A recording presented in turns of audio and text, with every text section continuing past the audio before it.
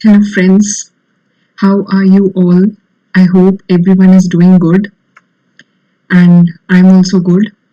So, last class में हमने अपना यूनिट 3 कवर किया था बेसिकली पीडीएफ से कवर किया था अपने इंस्टीट्यूट के मॉड्यूल जो प्रिस्क्राइब मॉड्यूल है उसके अकॉर्डिंग समझा था आज की क्लास में हम यूनिट 4 स्टार्ट करने वाले हैं that is performance of a contract ठीक तो इस पे बेसिकली हमको ये देखना है कि अभी तक जैसे यूनिट्स जो हमने अभी तक जैसे पढ़े थर्ड 3 यूनिट्स कवर कर लिए हैं बेसिक इंट्रोडक्शन पढ़ा कॉन्ट्रैक्ट एक्ट का then we studied about the consideration part and the third part was essential elements which covered how the free consent is vitiated through which elements तो वो हम लोग ने कवर किया था आज हम बेसिकली इंट्रोडक्शन क्लास लेंगे इंट्रोडक्शन में we'll try to cover performance of contract में क्या क्या बेसिकली क्या क्या कॉन्सेप्ट्स है समझने को वो कवर करेंगे एंड उसके अलावा सेक्शन 37 देखेंगे section 40, 41 and 42 we'll try to cover all these sections in this single class in this single video. Now besides this, if you have any queries please feel free to ask and comment on the comment box जो आपका जो भी queries है उस पर आप message कर सकते हो एंड मैं अपनी मेल आईडी भी एनक्लोज कर दूंगी ताकि आप उस पर भी मुझे अपनी क्वेरीज भेजते रहो and other than this please don't forget to like the video, share the video and subscribe the channel. Also please click on the bell icon to receive latest updates. So whatever lectures I'm trying to record during this lockdown session, they are all updated lectures for November 2020 attempt, November December attempt basically. CA foundation का जो अभी upcoming attempt होगा क्योंकि अभी क्या होना है कि जो भी जुलाई अगस्त में अटेम्प्ट जो भी हमारे सीए बेसिकली अनाउंसमेंट्स में निकला था कि अटेम्प्ट डिले हो गया है बिकॉज ऑफ सच लॉकडाउन लेकिन उसके बाद वाला जो उसके बेसिकली सब्सिक्वेंट अटेम्प्ट जो भी रहेगा तो उसके लिए हमारा ये जो लेक्चर्स मैं कवर कर रही हूँ वो उसी के लिए ही एप्लीकेबल होंगे नवंबर दिसंबर जो भी कमिंग अटेम्प्ट होगा डिपेंडिंग अपॉन द डेट्स ठीक तो अब हम स्टार्ट करने जा रहे हैं आज का lecture performance of contract basically इसमें हम क्या क्या एलिमेंट्स कवर करने वाले हैं वो देख लेते हैं ठीक है तो इस यूनिट का ओवरव्यू जो स्टार्ट होता है वो क्या बोलता है उस पे बात करते हैं ठीक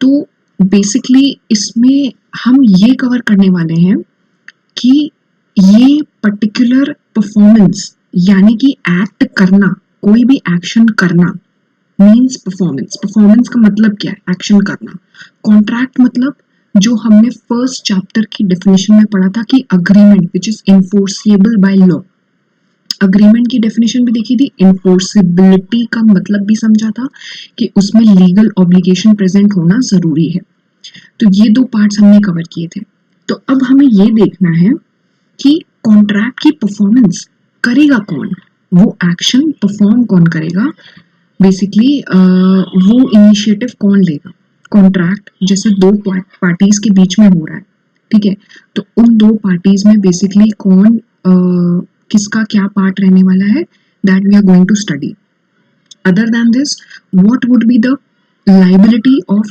joint promisor and promisee and इसके साथ एडजॉइनिंग ही राइट्स क्या होंगी प्रोमिसर एंड प्रोमिसी की स्पेशली प्रोमिसी की राइट्स क्या होंगी प्रोमिसर्स हम लोग ने डेफिनेशंस कवर की थी अपने फर्स्ट यूनिट में कि प्रोमिसर कौन होगा एंड प्रोमिसी कौन होता है जब हमने ऑफर एंड एक्सेप्टेंस पढ़ा था ठीक है तो उससे प्लीज उस चीज को रिलेट करने की कोशिश करिए बिकॉज ऐसा होगा कि अपने जितने भी अपकमिंग यूनिट्स होंगे इंडियन कॉन्ट्रैक्ट एक्ट के वो फर्स्ट और सेकंड यूनिट से काफी कुछ रिलेट करेंगे so it's better to keep those units which you have already studied which I have already covered in your on your tips so that it becomes easy for you in the upcoming lectures to understand them to interpret them in a better way in a clear way third point कहता है time and place of performance of promise यानी कि promise कब perform होने वाला है किस location पे होने वाला है ये हम स्टडी करेंगे इस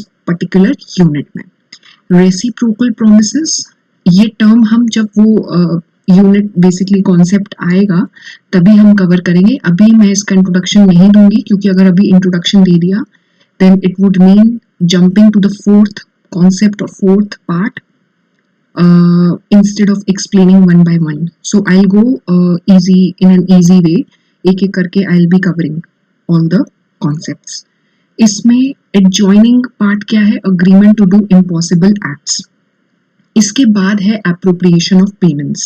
Distribution मतलब basically जो cover होगा इस वाले part में, and contracts जो कि perform नहीं होने हैं वो पार्ट आएगा। उसके अलावा है discharge of a contract, execution of a contract, basically ये कवर होगा। ठीक है, तो ये हमारे इस यूनिट का ओवरव्यू है, इंट्रोडक्शन है कि ये अपकमिंग लेक्चर्स में अपकमिंग जितने भी कॉन्सेप्ट्स होंगे, सेक्शंस होंगे, ये कवर होते जाएंगे। ठीक, अब हम ये देख लेते हैं कि अब हमारा जो सबसे पहला सेक्शन है वो क्या होने वाला है, वो हम स्टडी करेंगे आज। तो हमारा सबसे पहला सेक्शन है obligations of parties to contract, section 37। Section 37, ठीक। तो ये क्या बोलता है? ये बोलता है कि पार्टीज टू कॉन्ट्रैक्ट, यानी कि जो पार्टी कॉन्ट्रैक्ट में एंटर कर रही है, दो भी हो सकती हैं, दो से ज्यादा भी हो सकती हैं, वो या तो एक ऑफर दें, जैसे कि हम लोग ने स्टार्टिंग में पढ़ा था ऑफर एंड एक्सेप्टेंस के टाइम पे कि एक invitation to offer is something different and offer is something different. ठीक है, अगर ऑफर एक पार्टी दे रही है, दूसरी पार्टी उस पर असेंट दे रही है, तो वो एक्सेप्टेंस बन जाता है, प्रॉमिस बन जाता है। तो अब इस पर्टिकुलर सेक्शन का कहने का मतलब क्या है कि जो भी पार्टीज कॉन्ट्रैक्ट कर रही हैं परफॉर्म करने के लिए, कोई एक्शन करने के लिए, ठीक है, या ऑफर दे रही हैं, तो उनके जो प्रोमिसेस हैं वो किस में कवर होंगे? कॉन्ट्रैक्ट एक्ट में कवर हो। ठीक है, लेकिन इसमें एक चीज ये भी लिखी हुई है कि unless such performance is dispensed with और excused under the provisions of contract act. तो पार्टीज जो हैं कॉन्ट्रैक्ट में एंटर कर रही हैं, अग्रीमेंट प्लस इन्फोर्सिबिलिटी। कॉन्ट्रैक्ट का मतलब आप हमेशा यही क्लिक किया करो, अग्रीमेंट प्लस इन्फोर्सिबिलिटी। तो पार्टीज जब कॉन्ट्रैक्ट में एंटर कर रही हैं परफॉर्म करने के लिए, ठीक है, तो वो परफॉर्मेंस अगर किसी भी कॉन्ट्रैक्ट में होनी है तो उससे पहले अग्रीमेंट होना प्लस उसका लीगल ऑब्लिगेशन होना प्रेजेंट है। अगर वो दोनों चीजें मिसिंग हैं तो पार्टी परफॉर्म कर ही नहीं पाएगी, कोई भी पार्टी अपना प्रॉमिस परफॉर्म नहीं कर पाएगी। पहली चीज तो उसमें प्रॉमिस का एलिमेंट ही नहीं होगा, क्योंकि एक्सेप्टेंस ही नहीं होगा। तो कोई भी पार्टीज हैं, दो से ज्यादा हैं, तो वो जब परफॉर्म कर रही हैं तो वो कॉन्ट्रैक्ट में एंटर करें। ठीक है, कॉन्ट्रैक्ट में एंटर करें, साथ में परफॉर्म भी करें। तो ये दोनों पार्ट्स होना जरूरी है। तो पार्टीज जो भी है कॉन्ट्रैक्ट में एंटर कर रही हैं वो परफॉर्म करें अपने प्रोमिसेस, अनलेस यानी कि जब तक कॉन्ट्रैक्ट एक्ट स्पेसिफाई नहीं कर देता है कि ये परफॉर्मेंस इस पर्टिकुलर लॉ में कवर्ड नहीं है, इस पर्टिकुलर सेक्शन में कवर्ड नहीं है, ठीक है, या फिर कोई और लॉ है, कोई और मान लीजिए एक्ट है, जैसे फैक्ट्रीज एक्ट हो गया, ठीक है, पीएफ एक्ट हो गया, ग्रेच्युटी एक्ट हो गया, उसमें कोई ऐसी परफॉर्मेंस है जो कि दो पार्टीज पर्टिकुलरली कॉन्ट्रैक्ट कर रही हैं और वो उसमें कवर्ड नहीं है, तो जब तक कि ऐसी कोई सिचुएशन नहीं आ जाती तब तक पार्टीज जो हैं वो परफॉर्म भी करें, क्योंकि कॉन्ट्रैक्ट में एंटर कर रही हैं तो वो परफॉर्म करें या फिर ऑफर करें परफॉर्म करने को, अपने प्रॉमिस, अपने वादे जो उन्होंने किए थे। तो इसका बेसिक रूल ये कहता है कि प्रॉमिसर वही परफॉर्म करे जो उसने प्रॉमिस किया है, यानी कि उस पर्टिकुलर एक्शन में वो फर्म होना चाहिए और टू द पॉइंट होना चाहिए, उसमें कोई भी एक तरह से कंफ्यूजन नहीं होना चाहिए। ठीक है, तो वो जो भी प्रोमिसर यानी कि जो ऑफर दे रहा है या जो पर्टिकुलर एक्शन करने के लिए ऑफरी से रिक्वेस्ट भी कर रहा है और फिर उसके बाद उसका असेंट मिल जाता है उसको, वो अपनी एक्सेप्टेंस दे देता है, तो प्रोमिसर उसको एग्जैक्टली वही करके दे जो उसने अग्रीमेंट के टाइम पे डिसाइड किया था और दूसरी पार्टी से डिस्कस किया था। तो उसका ऑब्लिगेशन फिक्स हो जाता है, उसका ऑब्लिगेशन कंफर्म हो जाता है, वैलिड हो जाता है, और तब एक कॉन्ट्रैक्ट कंप्लीट वैलिड कॉन्ट्रैक्ट बन जाता है। और उस टाइम पे उसका परफॉर्मेंस करना ज़रूरी हो जाता है, क्योंकि उसके साथ एक रिस्पॉन्सिबिलिटी जुड़ जाती है, प्रोमिसर के साथ एक रिस्पॉन्सिबिलिटी जुड़ जाती है कि उसने जो प्रॉमिस किया था वो उसको करना है। तो हर एक पार्टी के लिए ये नेसेसरी है कि जो भी वो प्रॉमिस करे वो उसे परफॉर्म करे, या फिर अगर इंस्टेंटली परफॉर्म नहीं हो सकता है, मान लो उसमें टाइमिंग ड्यूरेशन है, रीजनेबल टाइम रिक्वायर्ड है, स्पैन ऑफ टाइम रिक्वायर्ड है, तो वो ऑफर करे परफॉर्म करने को कि विद इन 2 days और विद इन 30 days और with in 6 months this work would be done, तो वो उसके लिए लाइबल हो जाता है, रिस्पॉन्सिबल हो जाता है। कौन? प्रोमिसर। उसको फिर वो एक्ट करना ज़रूरी होता है, क्योंकि वो उससे बाउंड हो जाता है, वो उससे बंध जाता है और वो उसको निगलेक्ट या इग्नोर नहीं कर सकता है बाद में। ठीक है? और एक बार जब प्रोमिसर अपना एक्ट कर देता है तभी वो प्रोमिसी से एक्सपेक्ट कर सकता है कि वो अपना एक्शन करे। जैसे मान लो ए पार्टी ने गुड्स डिलीवरी कर दी बी को, अब गुड्स डिलीवरी होने के बाद ही वो एक्सपेक्ट कर सकता है कि मुझे पेमेंट मिल जाए अपने गुड्स के रिस्पेक्ट में।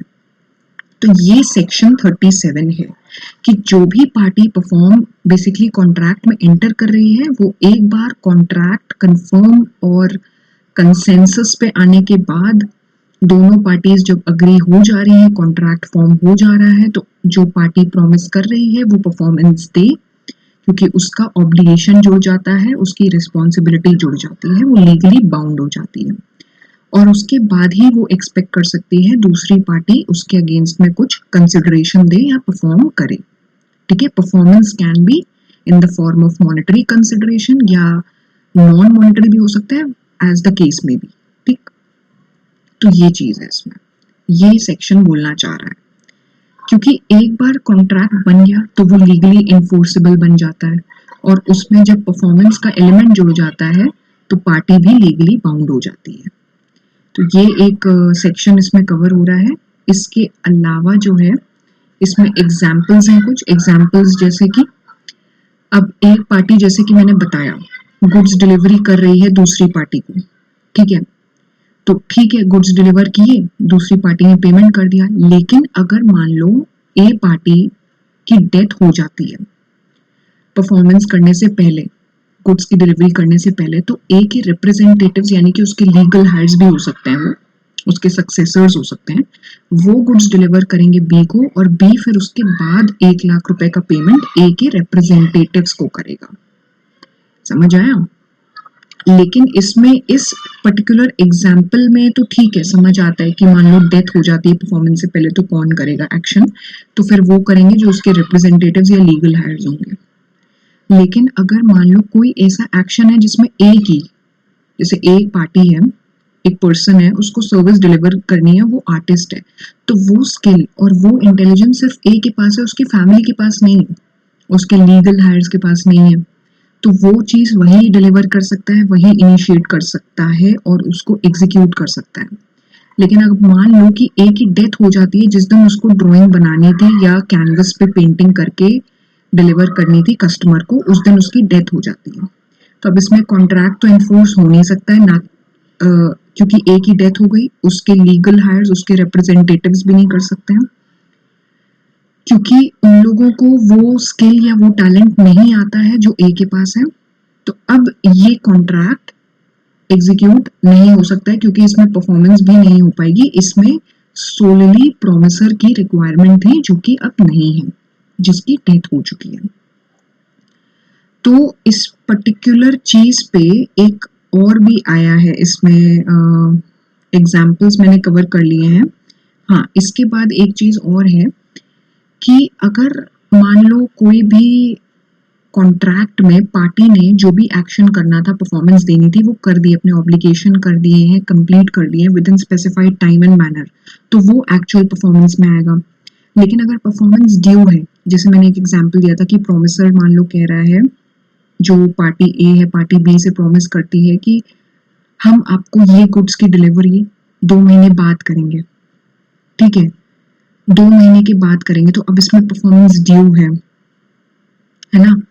और लेकिन प्रॉमिस ही मान लो एक्सेप्ट कर दे तो ठीक है, लेकिन अगर प्रॉमिस ही रिफ्यूज कर दे कि नहीं मुझे ऐसी परफॉर्मेंस नहीं चाहिए, तो वो अटेम्प्टेड परफॉर्मेंस भी हो सकती है, ऑफर टू परफॉर्म भी कह सकते हैं, टेंडर ऑफ परफॉर्मेंस भी कह सकते हैं।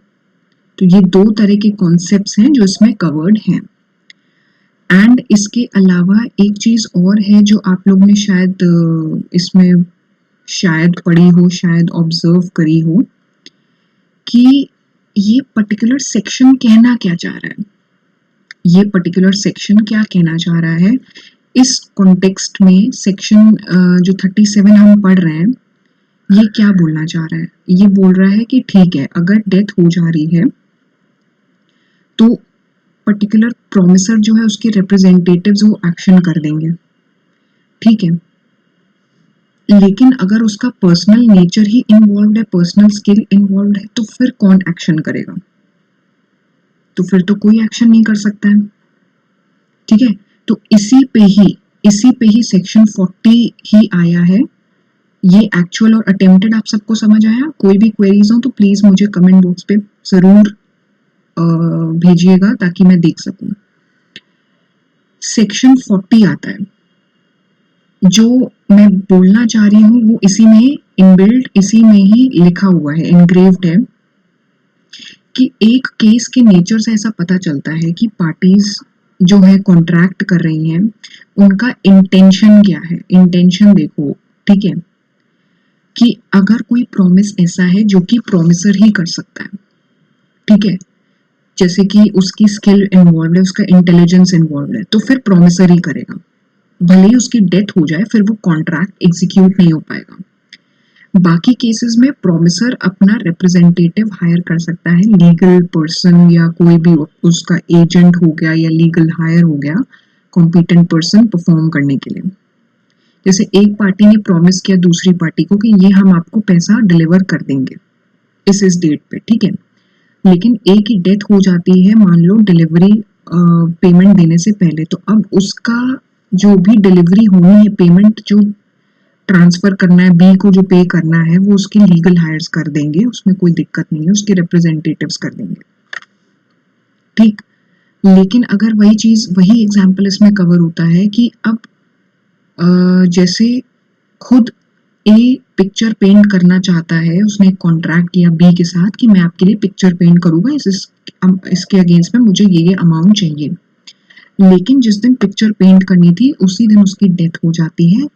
अब इस कॉन्ट्रैक्ट को क्या एग्जीक्यूट कर सकते हैं? नहीं कर सकते, क्योंकि इसमें ए की पर्सनल स्किल इन्वॉल्व थी, इसमें कोई भी रिप्रेजेंटेटिव या कोई भी दूसरा पर्सन ए की जगह लेके वो स्किल यूज करके पिक्चर नहीं पेंट कर सकता है, ठीक। तो इस particular basic analysis of section 40 जो है वो ये बोलता है कि परफॉर्मेंस जो होगी वो सर्कमस्टांसेस के ऊपर डिपेंड करती है।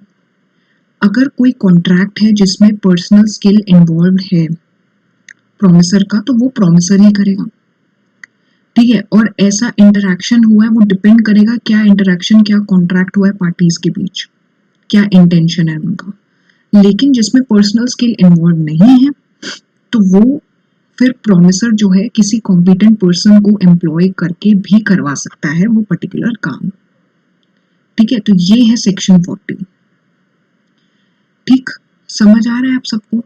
तो इसमें एनालिसिस ऑफ सेक्शन 40 में कम से कम 5 ऐसे पॉइंट्स हैं जो ये बताते हैं कि कॉन्ट्रैक्ट की जब परफॉर्मेंस होगी तो क्या क्या सर्कमस्टांसेस में कौन कौन परफॉर्म कर सकता है।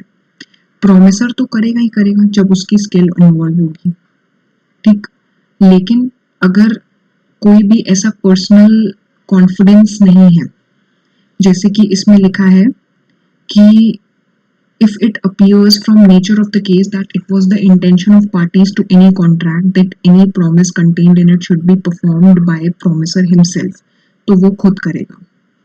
And in other cases promisor या रिप्रेजेंटेटिव्स एक कॉम्पिटेंट पर्सन को एम्प्लॉय करेंगे, जैसा कि हम लोग ने पढ़ा.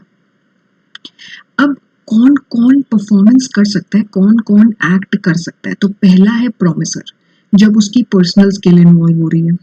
देखो वैसे जनरल रूल तो यही कहता है कि प्रोमिसर ही परफॉर्म करेगा कोई भी कॉन्ट्रैक्ट. डेथ वाला पार्ट एक अलग केस आ जाता है, एक्सेप्शन में आ जाएगा कि अगर डेथ हो जाती है तो जनरल रूल यही बोलता है कि प्रोमिसर ही करेगा. ठीक है, सेक्शन 40 के एनालिसिस को पढ़ रहे हैं जिसमें फर्स्ट पॉइंट है कि प्रोमिसर करेगा. ठीक है, पार्टीज का, लेकिन उसमें स्पेसिफाई क्या किया है कि पार्टीज का मान लो इंटेंशन ऐसा है कि प्रोमिसर ही करे प्रॉमिस, तो फिर वो प्रोमिसर ही करेगा जैसे उसका स्किल या टैलेंट इन्वॉल्व है.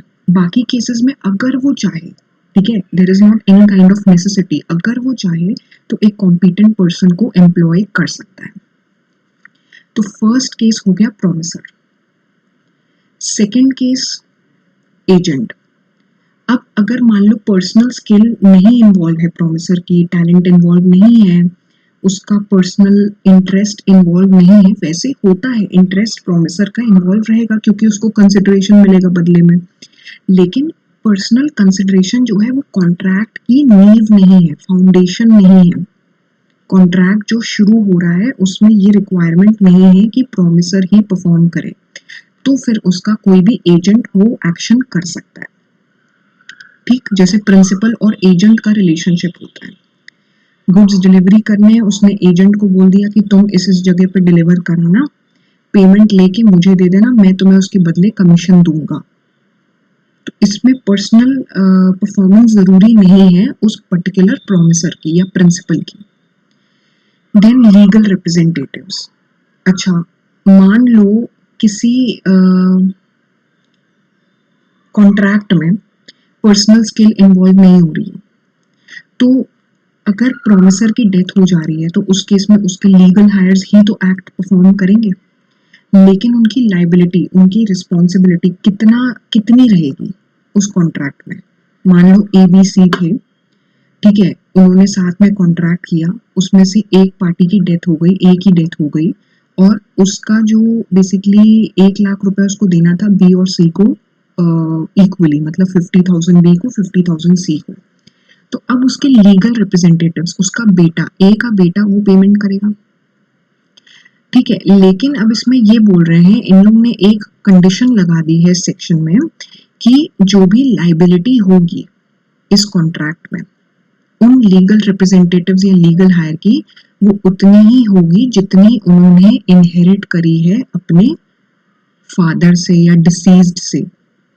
ठीक है, जो डिसीज्ड है, प्रोमिसर जो डिसीज्ड है, उससे जितना इनहेरिट किया है उतने ही एस्टेट के लिए ही वो लोग लाइबल होंगे, उतनी ही प्रॉपर्टीज असेट्स के लिए वो लाइबल होंगे. ठीक है, प्रॉपर्टीज चलो एक पार्ट हो गया, मैं असेट यूज कर रही हूँ, उतने ही असेट्स के लिए वो लाइबल होंगे उस पर्टिकुलर कॉन्ट्रैक्ट में. तो ये लीगल रिप्रेजेंटेटिव्स में लिखा है. बाकी इसमें फिर सेक्शन 41 आ जाता है. ये वाला पार्ट आप सबको समझ आया, लीगल रिप्रेजेंटेटिव्स वाला, कि प्रोमिसर की पर्सनल स्किल इन्वॉल्व नहीं हो रही है इसमें, और अगर उसकी डेथ हो जाती है तो उसके लीगल हेयर्स ही फिर कॉन्ट्रैक्ट एग्जीक्यूट करेंगे, लेकिन उनकी लाइबिलिटी लिमिटेड रहेगी जितना उन्होंने इनहेरिट किया है उस डिसीज्ड प्रोमिसर से, अपने मान लो फादर से या जो भी पार्टी टू कॉन्ट्रैक्ट होगा जिसकी डेथ हो जाती है उससे, उतनी ही एस्टेट तक वो लोग लाइबल रह सकते हैं. ठीक, अगर अब इसका एग्जाम्पल समझना है तो इसका एग्जाम्पल एक ये हो सकता है कि मान लो ए पार्टी ने बी को प्रॉमिस किया कि हम आपको 1 लाख रुपए देंगे गुड्स की डिलीवरी पे. अब ए प्रॉमिस तो कर दिया, लेकिन परफॉर्म करने से पहले वो मर जाता है, तो उसका बेटा लाइबल हो जाएगा. ठीक है, 1 लाख देने के लिए बी को. ठीक है, ये एक एग्जाम्पल है. अच्छा, अब इसमें मान लो बी जो गुड्स की डिलीवरी लेगा, ठीक है, क्योंकि ए गुड्स डिलीवर करेगा बी को, तो बी डिलीवरी लेगा, जाहिर सी बात है। अब मान लो बी की डेथ हो जाती है डिलीवरी लेने से पहले, तो बी के रिप्रेजेंटेटिव्स गुड्स की डिलीवरी लेंगे और बी के रिप्रेजेंटेटिव्स ही 1 लाख रुपए पे करेंगे ए को। तो दोनों सीन्स में ये पर्टिकुलर सेक्शन बैठता है, फिट बैठता है, ठीक। अब इसमें एक चीज और है, सेक्शन 41, इसी ही पर्टिकुलर जो एनालिसिस चल रहा है ना सेक्शन 40 का, इसी में ही एक दूसरा सेक्शन आता है 41, effect of accepting performance from third persons, ठीक। अब ये क्या कहता है, एक हमारा थर्ड पर्सन वाला पॉइंट बचा है और एक बचा है जॉइंट प्रोमिसर्स वाला।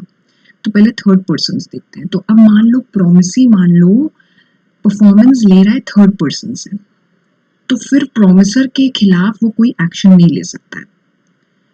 अब थर्ड पर्सन तो स्ट्रेंजर हो गया ना, उससे वो परफॉर्मेंस ले रहा है, कंसिडरेशन ले रहा है, तो इस केस में प्रोमिसर फिर लाइबल नहीं होगा। फिर वो प्रोमिसर को क्वेश्चन नहीं कर सकता है कि मेरा पेमेंट ड्यू है। मान लो जैसे कि ए ने बी से गुड्स रिसीव किए और कहा 1 लाख रुपए दे देंगे, लेकिन फिर ए ने कहा कि मैं तो पेमेंट कर ही नहीं पा रहा हूँ। अब जो तीसरी पार्टी आती है इसमें सी, वो ए को जानती है लेकिन उसने ए को नहीं बताया और 60,000 रुपए का पेमेंट बी को कर दिया। तो अब इसमें बी जो है उसको 60,000 रुपए तो मिल गए सी से, और सी ए को जानता है, उसने ए को ये चीज नहीं बताई कि उसने पेमेंट किया है बी को। अब इस केस में बी जो है वो कितना अमाउंट रिकवर कर सकता है या मांग सकता है ए से, रिमेनिंग 40,000, क्योंकि 60,000 का पेमेंट उसको मिल गया है। तो इस केस में ये पर्टिकुलर सेक्शन ये बोलता है कि अगर थर्ड पर्सन से प्रोमिसी कोई भी परफॉर्मेंस ले रहा है कंसिडरेशन के फॉर्म में, एक्शन के फॉर्म में, तो फिर वो प्रोमिसर से क्लेम नहीं कर सकता है, उसके अगेंस्ट एक्शन भी नहीं ले सकता है, सूट भी नहीं फाइल कर सकता है कोर्ट ऑफ लॉ में। हाँ ये है कि अगर पार्ट पेमेंट किया है थर्ड पर्सन ने, तो रिमेनिंग हाफ के लिए वो पेमेंट मांग सकता है, वसूल सकता है प्रोमिसर से। दूसरी चीज ये कि प्रोमिसर जो है इस केस में उसने कोई भी ऑथराइजेशन थर्ड पार्टी को नहीं दी है, कोई भी चीज इस पर्टिकुलर कॉन्ट्रैक्ट से रिलेटेड कंफर्म नहीं की है थर्ड पार्टी को कि मेरा लेन देन बाकी है प्रोमिसी से और मुझे ये पेमेंट करना है या लेना है या देना है, जो भी केस होगा, जो भी एग्जाम्पल होगा, इस चीज की नॉलेज जो है वो थर्ड पार्टी को नहीं है। थर्ड पार्टी को प्रोमिसर ने कोई भी इस चीज की नॉलेज नहीं दी है। अगर मान लो नॉलेज दे भी दी तो उसने कंफर्म या फिर ऑथराइज नहीं किया है उसको कि तुम जाके पेमेंट करो। तो ये इसमें कंडीशन है इस पर्टिकुलर सेक्शन में। पहली चीज ये कि प्रोमिसी अगर कोई भी एक्शन एक्सेप्ट कर रहा है थर्ड पार्टी से, स्ट्रेंजर से, तो प्रोमिसर के खिलाफ वो एक्शन नहीं ले सकता है, वो एनफोर्स नहीं कर सकता है, उसके अगेंस्ट में सूट फाइल नहीं कर सकता है। दूसरी चीज ये कि प्रोमिसर जो है उसने मान लो इस पर्टिकुलर कॉन्ट्रैक्ट की नॉलेज दी भी थर्ड पार्टी को, लेकिन उसने ऑथराइज या असाइन नहीं किया है थर्ड पार्टी को कि जाके मेरे बिहाफ पे पेमेंट कराओ या एक्शन या परफॉर्मेंस दे आओ। तो ये दूसरी कंडीशन सबसे इंपॉर्टेंट कंडीशन है सेक्शन 41 की, कि उसने कोई भी असाइन नहीं किया है किसी भी एक्शन के लिए थर्ड पार्टी को, या ऑथराइज या कंफर्म नहीं किया है। तो ये इसमें लिखा है, latter has neither authorise nor ratified the act of third party. इसके अलावा जो हमारा सेक्शन 42 है वो क्या बोलता है, जॉइंट प्रोमिसर्स। जब दो या दो से ज्यादा लोग मिलके कॉन्ट्रैक्ट में एंटर होते हैं, जॉइंट प्रॉमिस करते हैं, तो वो जॉइंटली लाइबल होते हैं, जॉइंटली ही ऑब्लिगेटेड होते हैं, बाउंड होते हैं उस प्रॉमिस के अगेंस्ट में। अगर उनमें से एक की डेथ हो जाती है तो उनके लीगल हायर्स ही लाइबल होंगे। अगर तीनों की डेथ हो जाती है, मान लो तीन प्रोमिसर्स थे, तीनों की डेथ हो गई, तो उन तीनों के लीगल हायर्स लाइबल होंगे। तो ये पर्टिकुलर इसमें सेक्शन बोलता है, बहुत कोई वास्ट सेक्शन नहीं है, छोटा सा है। जैसे मान लो A B C jointly promise करते हैं डी को कि 6 लाख रुपए हम आपको देंगे, तो ये लोग परफॉर्म कर देंगे प्रॉमिस, ठीक है। लेकिन मान लो एक मिस हैपनिंग हो जाती है, ए की डेथ हो जाती है परफॉर्मेंस से पहले, तो उसके लीगल हायर्स परफॉर्म करेंगे बी और सी के साथ। लेकिन मान लो तीनों की डेथ हो जाती है, तो फिर उस केस में तीनों के लीगल रिप्रेजेंटेटिव्स ही उस पर्टिकुलर एक्ट को परफॉर्म करेंगे। ठीक, तो ये इस पर्टिकुलर सेक्शन का कहना है, सेक्शन 42। ठीक, तो हमने आज सेक्शन 37 कवर किया, जिसमें पार्टीज टू परफॉर्म का क्या ऑब्लिगेशन रहता है। फिर हमने देखा सेक्शन 40। सेक्शन 40 हम कवर कर रहे थे कि कॉन्ट्रैक्ट कौन कौन परफॉर्म कर सकता है, जिसमें हमारा सबसे पहले प्रोमिसर आया था।